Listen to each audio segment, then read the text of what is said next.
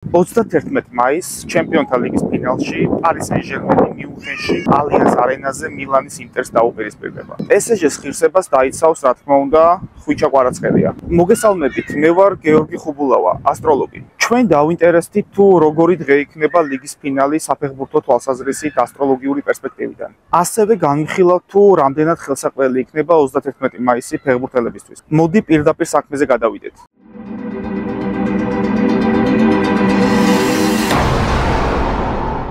ჩემპიონთა ლიგის ფინალში გველის ფეხბურთელების მხრიდან სიმულაციები. ფეხბურთელები გაზონზე ხშირად გაწვევიან ვითომ ტრავმის გამო და სიმულაციისთვის ყვითელ ბარათსაც უჩვენებენ. 31 მაისს ლიგის ფინალში პარტნიორზე თამაში იქნება უმნიშვნელოვანესი. ანუ არა ინდივიდუალიზმი და თამაშის საკუთარ თავზე აღება, არამედ თანაგუნდელის საგოლე სიტუაციაში გაყვანა და დაცვაში გადაზღვევა. ინტერის მეკარე იან ზომერი ლიგის ფინალს კარგად ჩაატარებს. PSG-ს შემტევებს ზომერის კარის ასაღებად დიდი ძალისხმევის გაღება მოუწევთ. ხვიჩა კვარაცხელია ჩემპიონთა ლიგის ფინალში კარგად ითამაშებს ინტერის ფეხბურთელების ბისეკისა და ზელინსკის წინააღმდეგ. თუმცა ხვიჩა უნდა უფრთხილდეს ფრანჩესკო აჩერბის, სტეფან დევრეის, დიმარკოს, ბარელას, დიუმფრის, ჩალხან ოღლუს და ჰენრიხ მხითარიანს. ხვიჩა კვარაცხელია მილანის ინტერის წინააღმდეგ ჩემპიონთა ლიგის ფინალში თავის საუკეთესო მატჩს სამწუხაროდ ვერ ჩაატარებს. სავარაუდოდ ხვიჩას მოედნის დატოვება შეხვედრის დასრულებამდე მოუწევს. ხვიჩა კვარაცხელიას PSG-ს ჩემპიონთა ლიგის ფინალში მილანის ინტერის წინააღმდეგ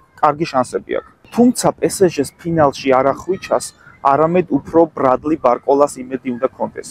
დღეისათვის სულ ეს იყო, ფინალში კი ხვიჩას და PSG-ს იღბალი უსურვოთ. დროებით.